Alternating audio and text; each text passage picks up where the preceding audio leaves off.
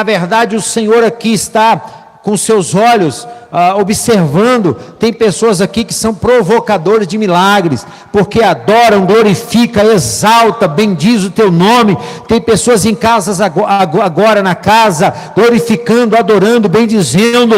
Ô Senhor, tem pessoas agora em suas casas, seus lares, no celular, através agora de alguma das nossas plataformas digitais, já recebendo a vitória agora. Nós estamos hoje no culto, a unção, culto da unção, a unção que despedaça todo o jugo do inferno, toda ação do mal, toda ação do diabo, toda ação diabólica da maldade. Nós agora levantamos em oração e declaramos a libertação daqueles que têm, ó Pai, estado cativos, aprisionados, aqueles que estão debaixo de um jugo terrível, um jugo que o inferno tem tentado colocar, mas nós repreendemos agora, nós resistimos a toda ação do mal, a toda ação contrária, e dizemos: demônio, bate em retirada agora, pega a tua tralha, pega a bagagem, pega tudo e cai por terra agora. Hoje, sexta-feira, muitas pessoas aproveitam para fazer o mal contra famílias, contra casamentos, mas nós nos levantamos para abençoar, para declarar, para profetizar aquilo que foi profetizado a falência.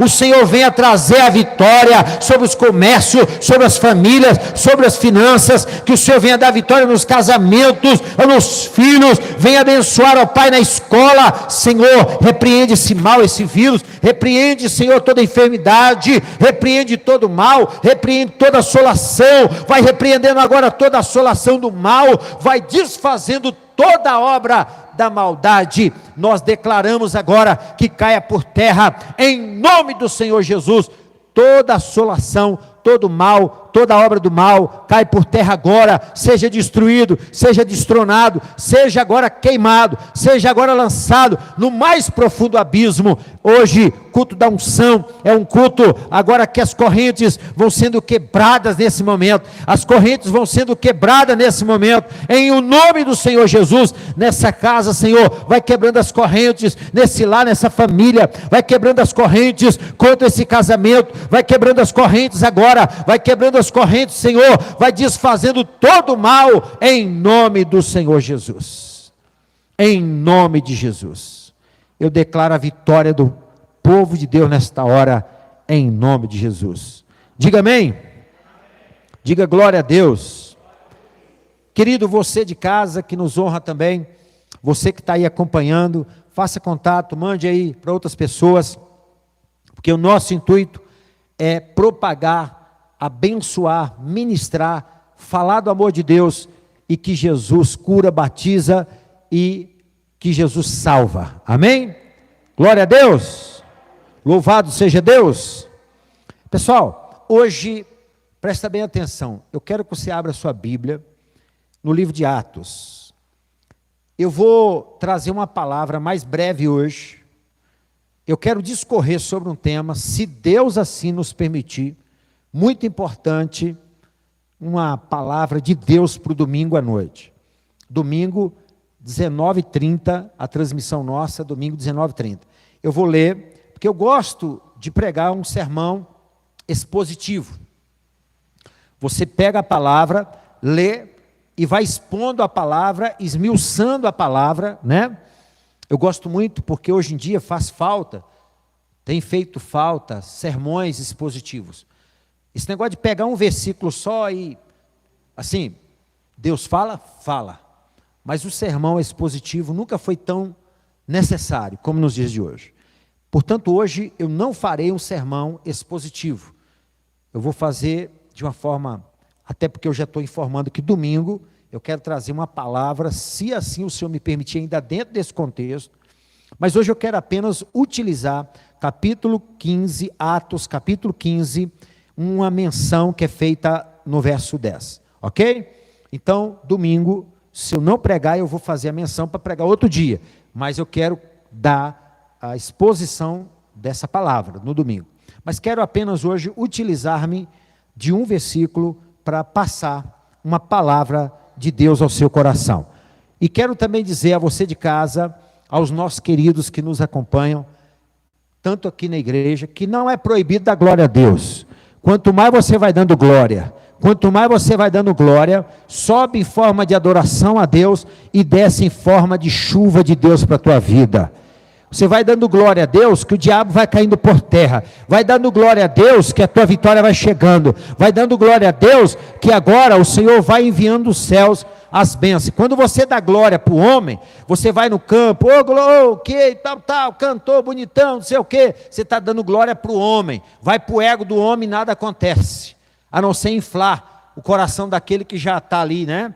Agora, quando você dá glória para quem é devido, quando você dá glória para Deus, você dá a glória, você dá o louvor, vai subindo direto para Ele, e quando você dá glória a Deus, você cumpre o seu papel de adorador, e Deus se agrada dos verdadeiros adoradores, que adora a Ele em espírito e em verdade. Tem em casa alguém aí que adora a Deus? Glorifica o nome do Senhor, exalta o nome do Senhor.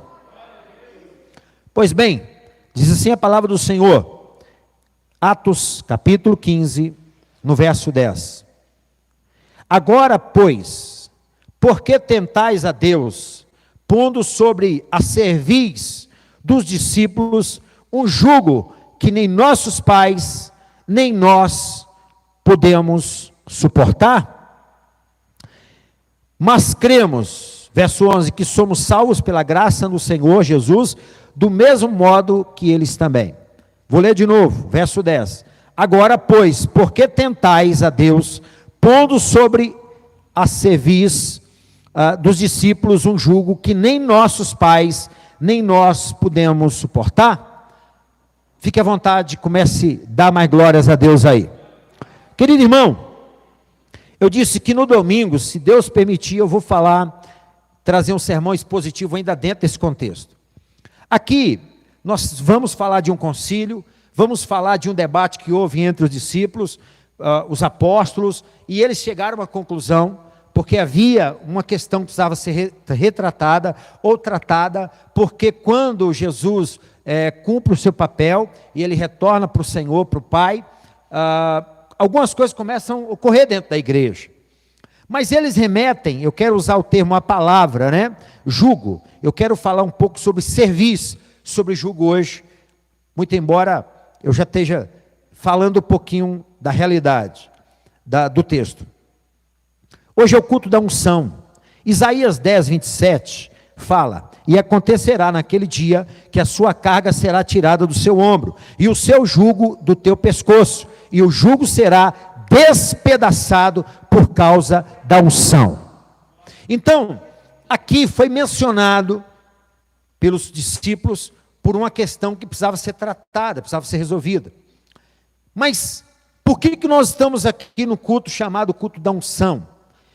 Na sexta-feira, um culto chamado um culto de quebra de jugo, de quebrar esse jugo que o inferno propõe. Eu já disse isso em uma ministração anterior e repito, os discípulos estavam falando ou se referindo a um jugo que, na verdade, jugo é uma peça de madeira que se prende com correias ao pescoço dos animais de carga. Quem já viu um jugo aqui na roça? Coloca ali na parelha do boi para equilibrar, equiparar o peso, e os bois, 2, 4, 6, sempre no sentido par, para conduzir ali, pelo menos é o que eu já vi e aprendi, para que assim possa puxar uma carroça ou arado. Você vai ver, no sentido figurado, o sentido de peça de madeira, tem esse sentido, mas tem o outro sentido de jugo, em sentido figurado, domínio, opressão. Então, quando a gente fala de jugo, podemos falar também no sentido figurado de opressão. Então, se eu digo assim: ô meu irmão, ô irmã, cuidado com esse jugo do inferno que o diabo está tentando colocar sobre a tua vida. No sentido figurado, podemos pensar também que pode ser uma carga, um peso que o inferno, o diabo ou uma circunstância está tentando colocar sobre a tua vida. Diga glória a Deus se você entendeu. Pois bem, pode falar sobre domínio, opressão, sofrimento, até pode-se pensar na questão do jugo, a questão da obediência, como Paulo falou, que ele subjuga a questão da vontade de Deus. Mas no sentido que foi falado aqui, Agora, pois, por que tentais a Deus, pondo sobre a cerviz dos discípulos um jugo? Porque eles estavam trazendo uma questão da circuncisão, uma questão ali que já era tratada na época de Moisés, para uma questão atual. Jesus estava ali, Jesus se revela no coração de pessoas, à medida que a pessoa foi pregando, o apóstolo, o discípulo, e eles queriam que todo mundo se convertessem e circuncidassem, de acordo com a lei mosaica. E quando chegou à conclusão de que o peso, o jugo que a religião, que muitas vezes nós estamos vendo sendo colocado nas pessoas, estavam tão grande que muitos não suportavam, a ponto de se falar, nem nós, nem nossos pais, nem nós suportamos. Que coisa é essa? Mas eles estavam remetendo a que tipo de jugo, pastor? O que eu acabei de falar. Porque havia também outro tipo de jugo, eu já disse, um bastão nas costas do homem, para equilibrar o peso. Quem já viu alguém carregando 2 baldes d'água? Não é assim? Carregando num bastão, para equilibrar o peso, e com esse tipo de equilíbrio, a pessoa que mal consegue carregar um balde, ele carrega 2, ok? E outras coisas mais, por causa do equilíbrio do peso.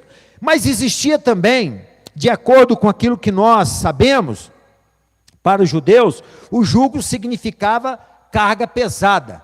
Para os judeus, significava carga pesada. Primeiro, tributo do Império Romano.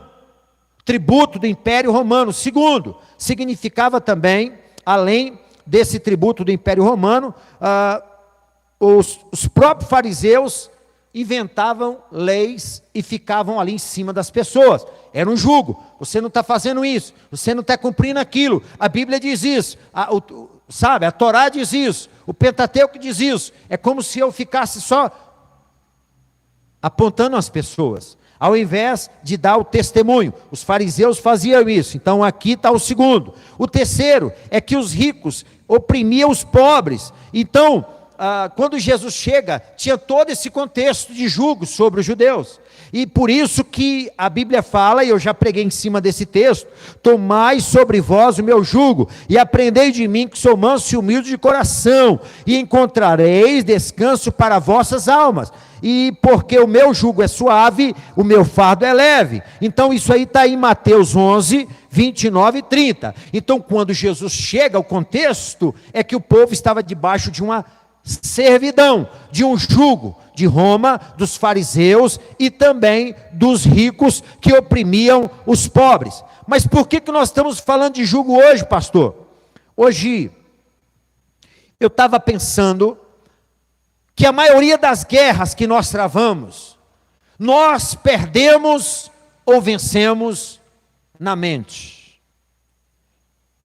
A maioria das guerras que nós travamos, Marcos, nós vencemos ou perdemos na mente.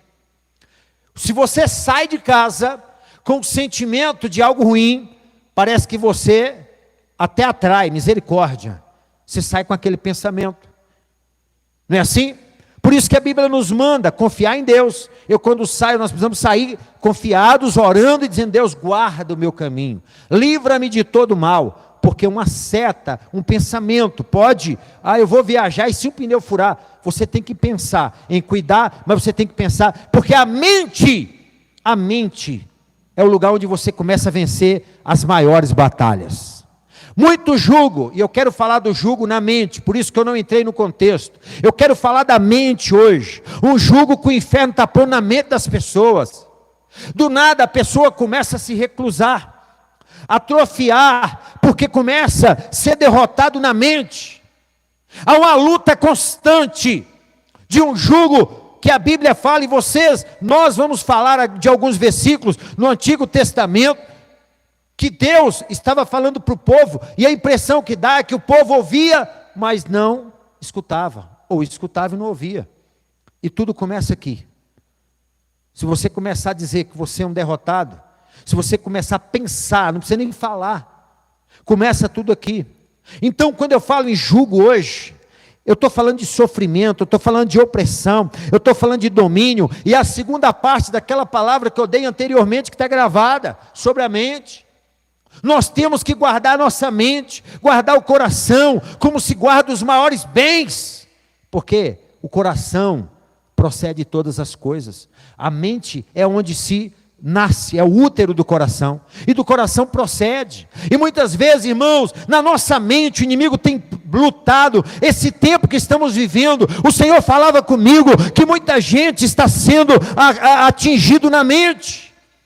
A mente das pessoas está sendo bombardeada por informações, está sendo bombardeada por notícias, está sendo bombardeada por palavras.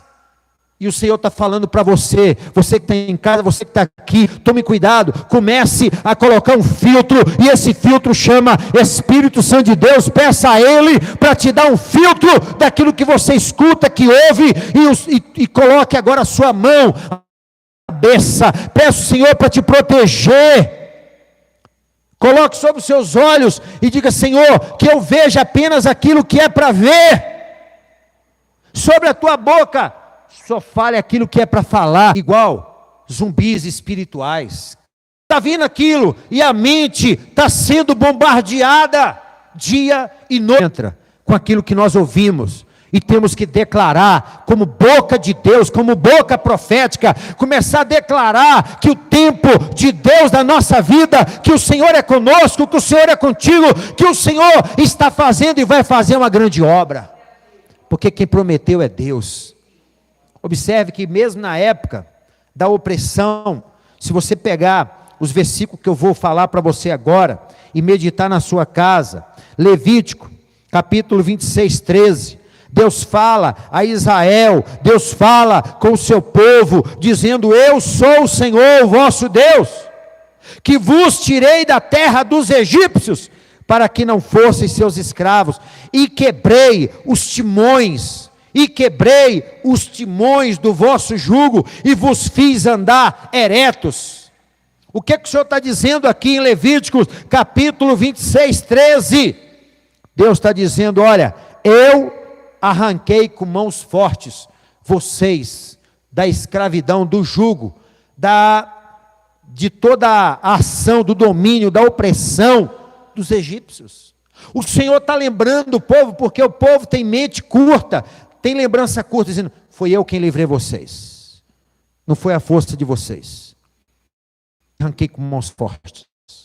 O que o Senhor está dizendo agora quando Ele fala: quebrei os timões do vosso jugo? Timão significa barra do leme, ou o próprio leme, na questão do barco, que dá direção. Ou timão pode ser também um ato de guiar, dirigir direção. O Senhor está dizendo: eu quebrei a direção do inferno, do império das trevas, que era contra vocês. Eu tirei uma direção infernal da maldade e coloquei a minha direção na vida de vocês. É isso que o Senhor está falando para eles. A opressão, lá em Isaías 58, por exemplo, a gente observa, você vai observar Isaías 58, verso 6. Isaías 58 também 9 fala isso. A opressão dos religiosos, que apesar da sua religiosidade, eles não preocupavam em fazer a justiça ao próximo. Olha o que Deus falou: porventura não é este o jejum que escolhi? Que soltes as ligaduras da impiedade, que desfaças as ataduras do jugo, e que deixe livres os oprimidos, e desdá todo jugo. O Senhor está dizendo assim para os religiosos: porventura, não é o verdadeiro jejum, não é ajudar o próximo, ajudar as pessoas, curar as pessoas? Por que vocês estão preocupados com a religiosidade e não preocupam em fazer justiça? Aí o Senhor diz assim, aí o Senhor continua falando, né? Aqui você vai ver, Deus apresenta uma ideia diferente do jejum. Vamos lá, que é libertar os oprimidos e prover o necessário para os necessitados. Então você vai ver que Isaías 58, 9 vai dizer: então clamarás, claro, quando você observar o verdadeiro jejum. Não adianta você ficar jejuando, fazendo isso, fazendo aquilo. O jejum é importante. Nós precisamos do que quebra, mortifica a carne. Mas uma religiosidade. Ele disse aqui, olha o 58. Então clamarás e o Senhor te responderás. Gritarás e ele dirás: eis-me aqui. Se tirares do meio de ti o jugo, o estender do dedo e do falar iniquamente. O Senhor está dizendo: se vocês baixar a bola e perceber que a religião de vocês não tem contribuído, mas para de oprimir as pessoas, para de pisar nas pessoas, ajuda o teu próximo. É mais ou menos o que Jesus, em Mateus 25, 34, 40, irmão, pensa numa palavra também tremenda, essa de Mateus, capítulo 25, verso 34, 40, irmãos, é tremendo. Então dirá o rei aos que estiverem à sua direita: vinde bendito do meu Pai, possuí por herança o reino que vos está preparado desde a fundação do mundo. Porque vi fome e me deste o quê? De comer. Tive sede e me deste de beber. Era forasteiro e me acolheste. O que é que o Senhor está falando? É o mesmo que está falando em Isaías. É aquele que observa de maneira prática, é aquele que observa, que ajuda a pessoa a tirar o jugo do dinheiro, da escravidão, da miséria, da pobreza. E a igreja do Senhor está aqui para fazer a obra que Jesus mandou fazer. Diga glória a Deus.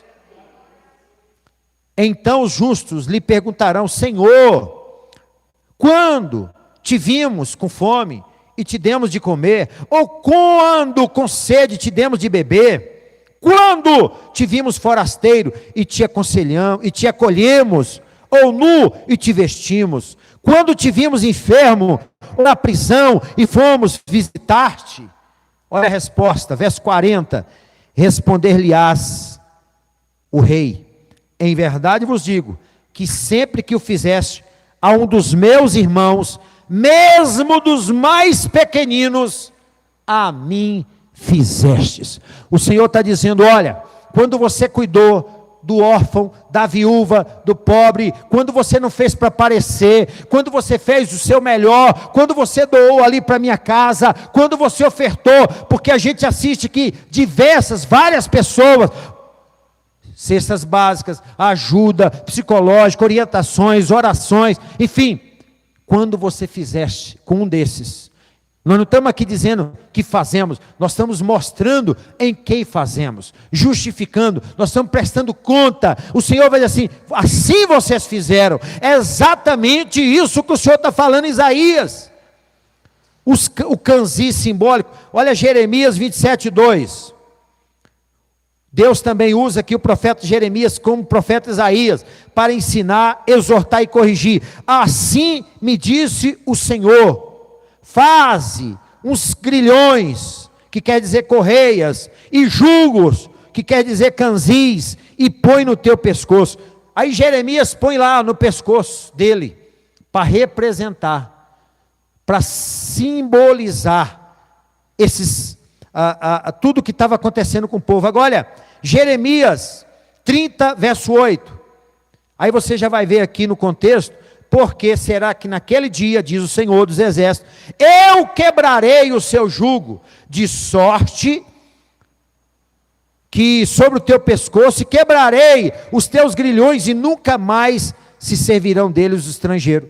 Repito, porque será naquele dia, diz o Senhor dos Exércitos, que eu quebrarei o seu jugo de sobre o teu pescoço, e quebrarei os teus grilhões, e nunca mais se servirão deles os estrangeiros. O Senhor estava dizendo assim: vou livrar o meu povo do cativeiro, vou tirar os canzis, vou tirar a opressão, vou tirar o domínio do mal contra o meu povo, e vou libertar o meu povo de novo, diz o Senhor. O que o Senhor está dizendo? Ele vela pelo seu povo. Muito embora o povo havia se esquecido por um tempo, o povo havia virado as costas, o Senhor está dizendo: eu tirarei, eu removerei, eu limparei. Deus aqui apresenta uma ideia diferente do jejum, dizendo assim: vou libertar o oprimido, eu vou prover ao necessário, aquilo que é necessário. Aqui o Senhor está dizendo também, nesse contexto, que Ele traria as promessas que anteriormente já havia feito. Ele está dizendo, restauração de uma nova aliança que seria completa em Cristo Jesus. Quem entendeu, diga glória a Deus. Um novo tempo de Deus. Os canzis, correias, aprisionamento na mente do povo. Deus falava comigo, eu estou tirando o aprisionamento em muitas mentes.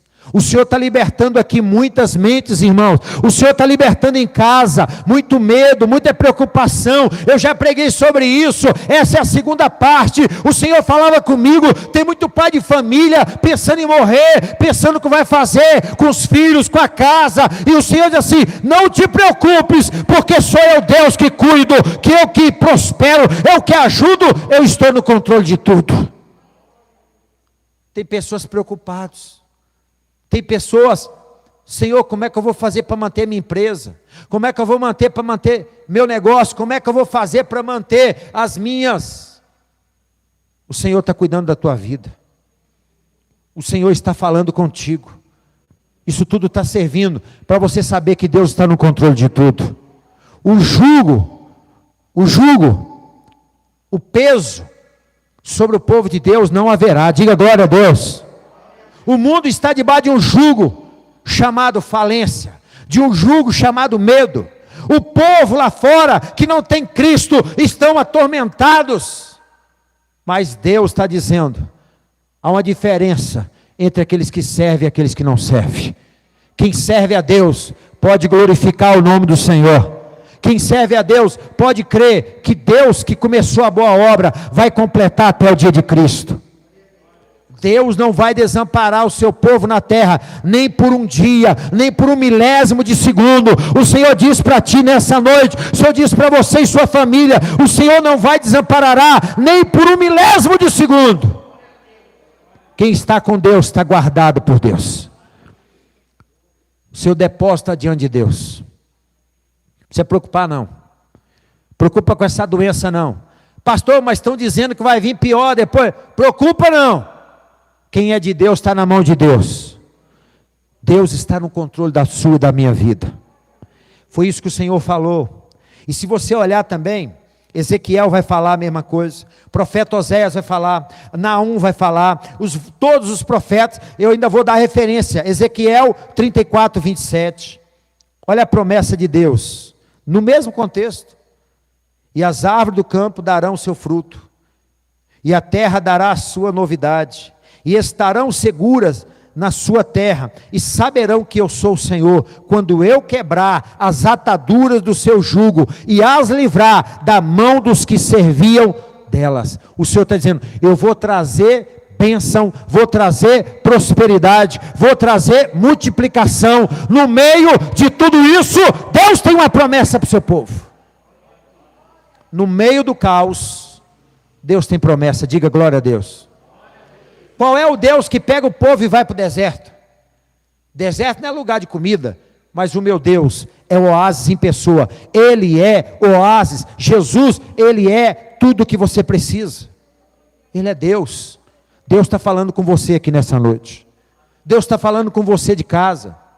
Tem muita gente desesperada, correndo atrás de homem, querendo se assegurar de um jeito ou de outro. Ei, Deus está no controle de tudo. Diga isso. Sabe para quem agora? Para você mesmo. Geralmente a gente diz para o irmão que está do lado, diga para você mesmo. Diga assim, Deus está no controle de tudo. Fale para você mesmo. É isso que eu estou falando para mim mesmo. Deus está no controle da minha, da sua vida. Descansa nele. Deus está nos levando para outro patamar, mas tudo começa na mente. Olha, Oséias, capítulo 11, 4. Capítulo 11, verso 4. Atrai-os com cordas humanas, com laços de amor, e fui para eles como que tiram o jugo de sobre as suas queixadas, e lhes dei mantimento.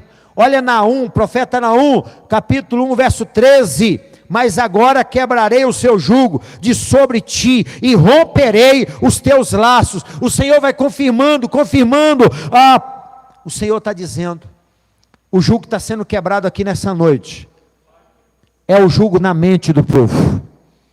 Tem um jugo sendo quebrado aqui, o jugo na mente. O diabo quer que você, eu, nós, vós, eles, todos tenhamos uma mentalidade de gafanhoto. Mentalidade de gafanhoto é o que o diabo quer propor. O inferno está tentando, através da notícia ruim, através das palavras, através de uma coisa ou de outra, gerar pânico, gerar medo, gerar tormenta.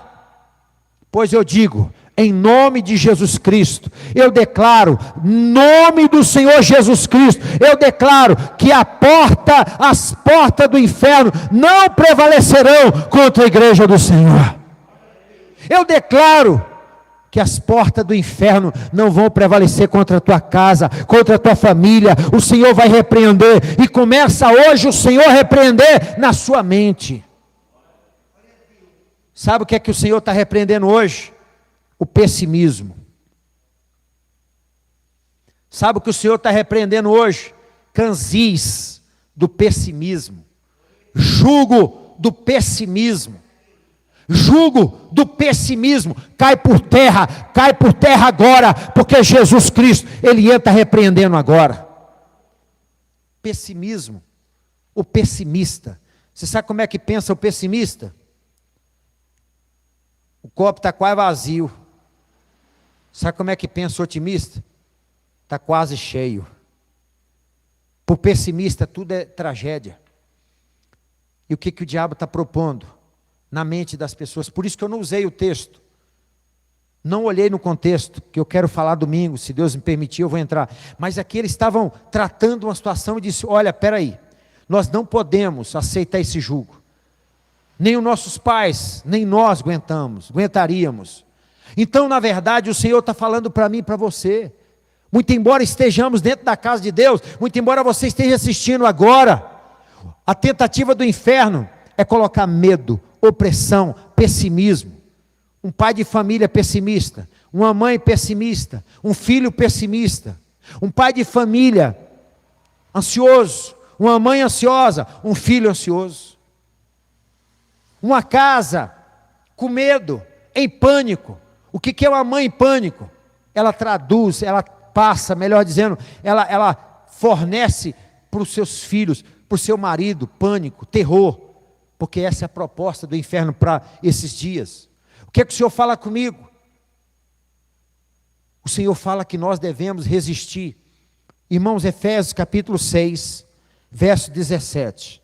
Vai falar um pouco sobre a mente. Mas não fala sobre a mente. Fala sobre o capacete. Lembra quando diz assim, Efésios 6, 10? Finalmente fortalecei-vos no Senhor e na força do seu poder. Revestindo de toda a armadura de Deus. Isso não é brincadeira, isso é sério. Quando o Senhor fala assim, finalmente fortalecei-vos no Senhor, quando Paulo escreve aos irmãos ali da igreja em Éfeso, ele está dizendo, para todos nós hoje, em todo tempo, irmãos, existe uma armadura que nós temos que ter. Aí a partir do 10, capítulo 6 de Efésios, finalmente vai falando. Quando ele chega no 17, o que diz aí?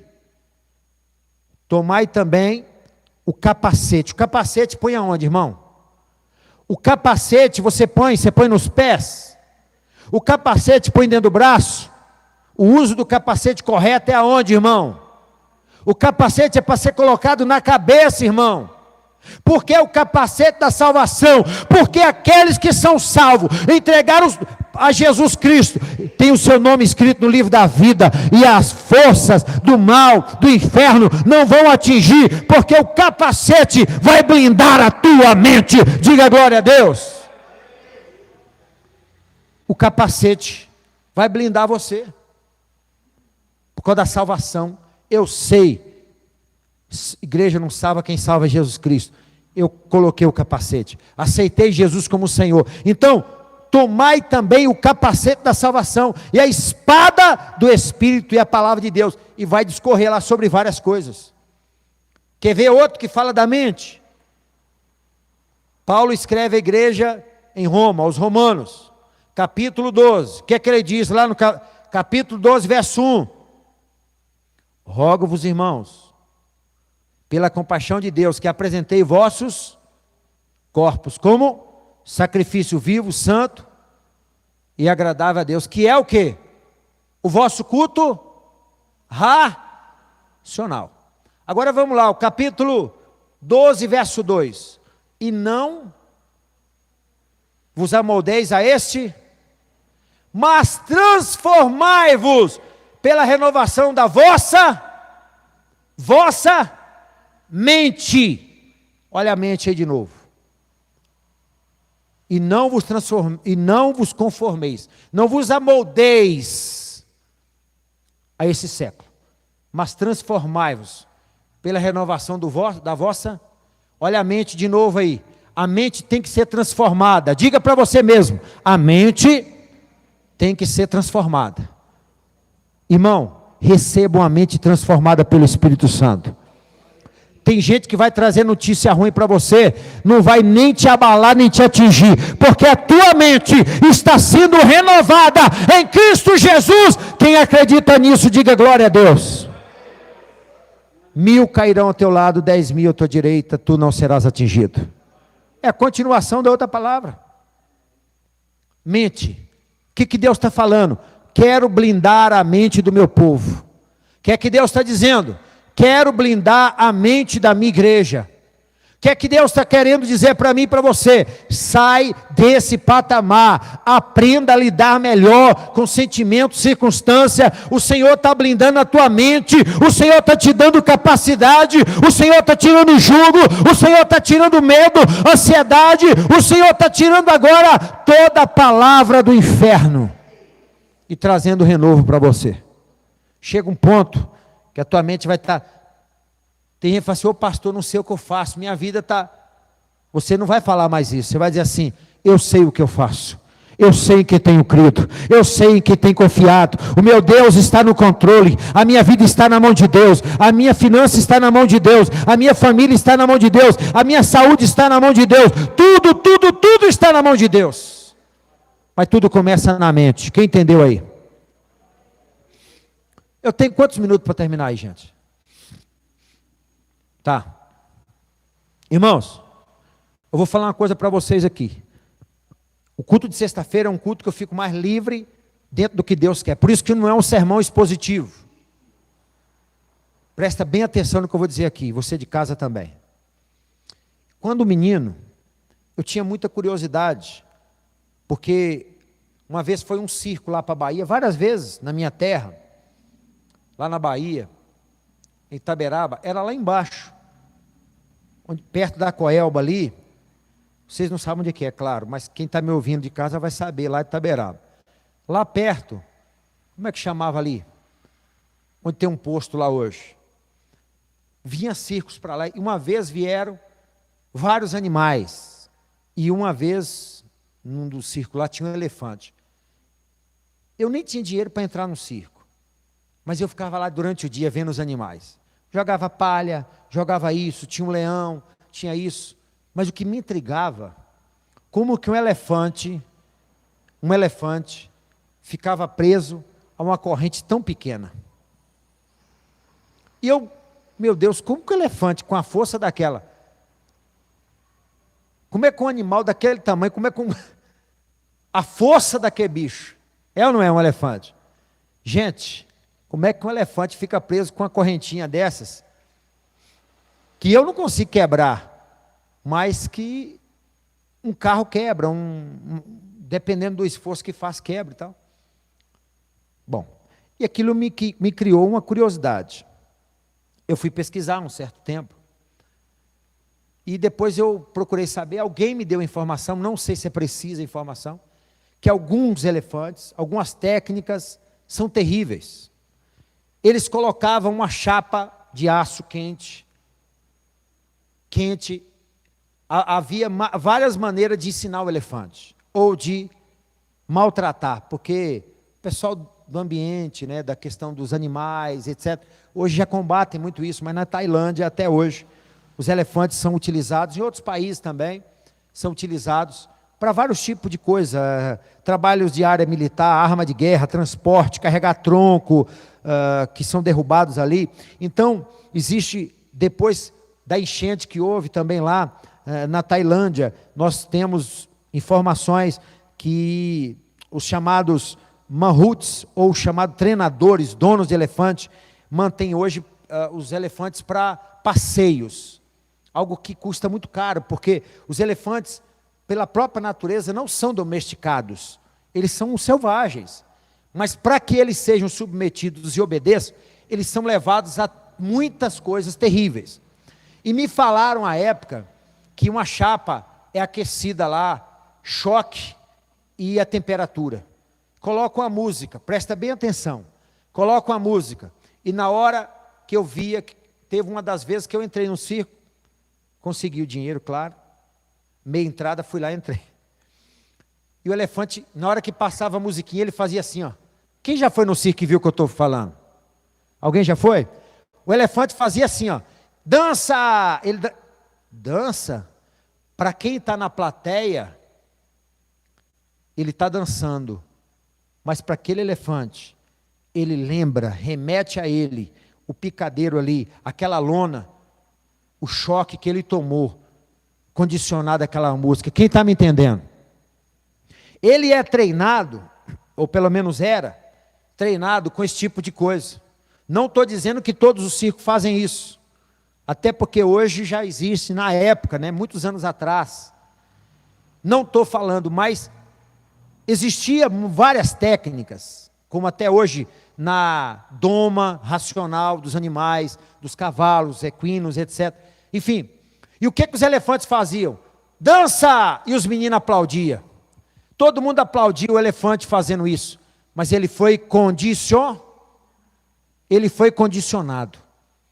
Aquela música condicionava ele. Quem está me entendendo?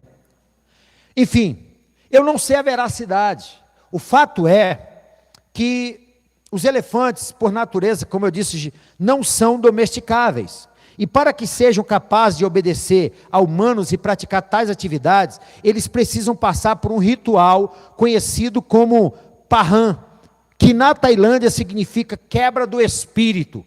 Pahan, que quer dizer quebra do espírito. Ou seja, o que é o Pahan? Consiste principalmente em separar a cria da mãe já nos primeiros momentos de vida. Ou seja, nos primeiros meses de vida. E aí, depois que tira do aconchego da mãe, sujeita-os a treinamentos excessivos, que na maioria das vezes envolve espancamento, privação do sono, fome, entre outras coisas que eu acabei de citar, que é o condicionamento por choque e por chapa. Por que eu falei isso? Por que eu falei do elefante, um bicho tão forte? É porque você tem a força do Senhor.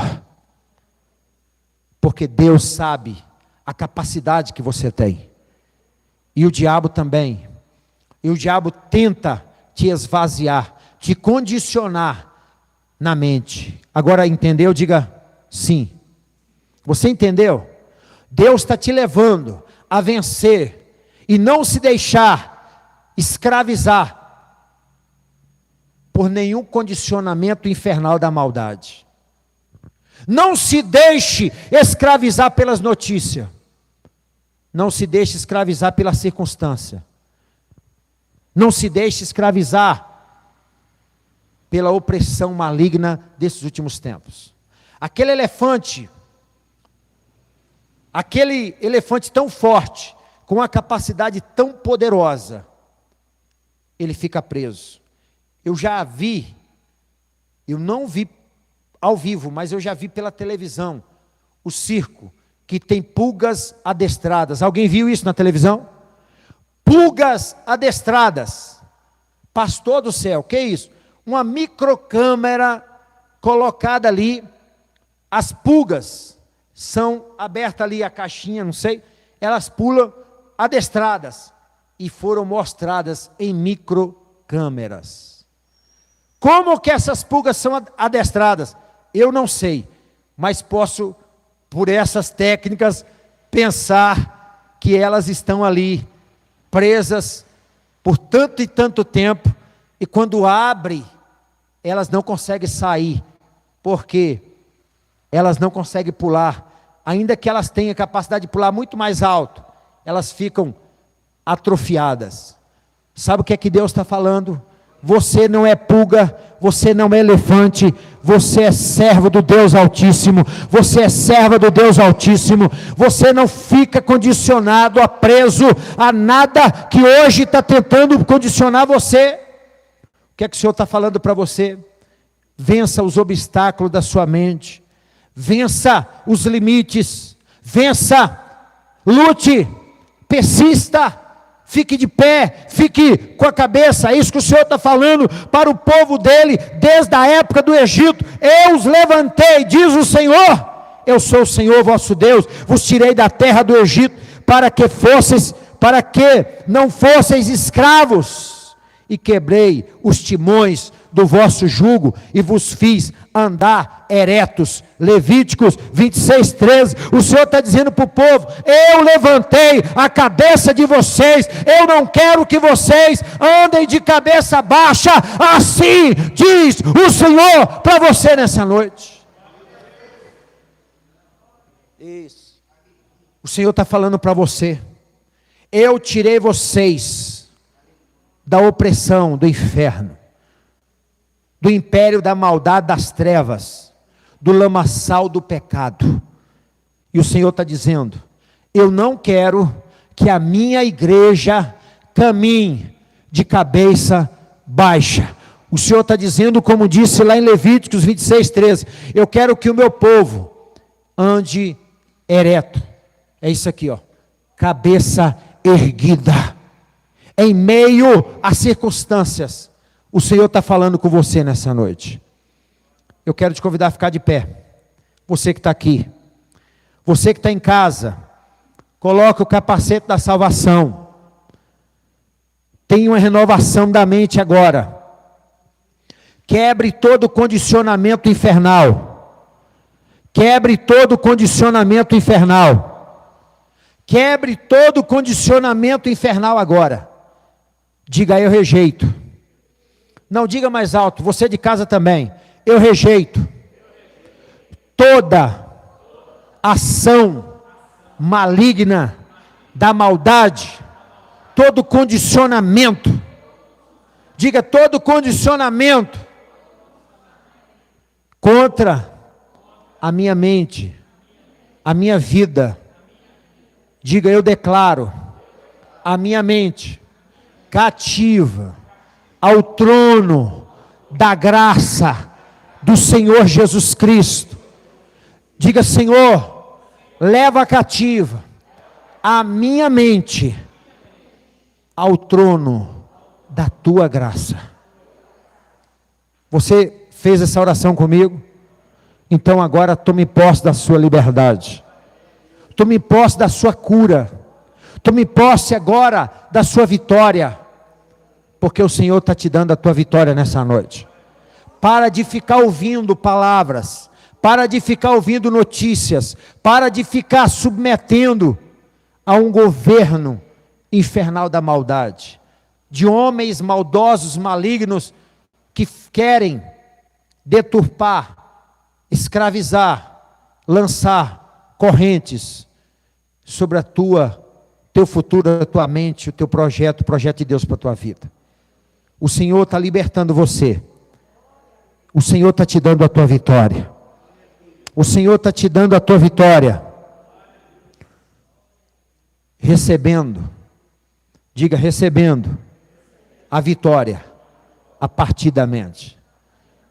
Irmãos, antes de você sair de casa, faça uma oração a Deus.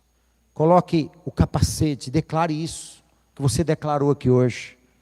Antes de você ligar sua televisão, cuidado com as informações, rádio, televisão, até de igreja, de pastores aproveitadores, ministros que ficam aproveitando-se desses momentos para arrancar do povo, vender indulgência, vender perdão, charlatões que vão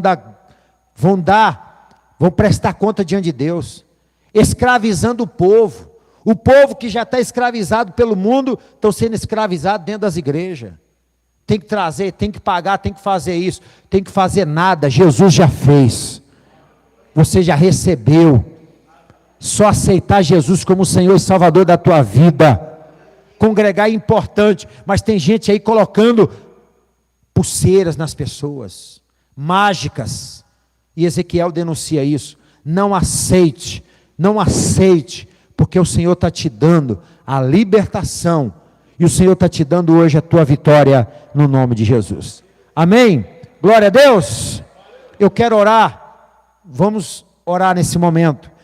Senhor meu Deus e Pai, em o nome de Jesus Cristo, eu declaro o teu povo abençoado, eu declaro o teu povo liberto, eu declaro o teu povo agora que me ouve, Senhor, que toda sentença do mal cai por terra agora, e eu declaro que esse povo que me ouve seja liberto, seja livre, seja agora, Senhor, caia por terra toda sentença, toda palavra, tudo que foi mandado do inferno, e que a bênção, a vitória do Senhor seja sobre o teu povo, sobre a tua igreja, seja sobre essa família, sobre esse homem, esse sacerdote, em nome de Jesus. Agora a mente, há uma mente liberta, uma mente santa, mente sã, corpo são, mente sã, corpo são.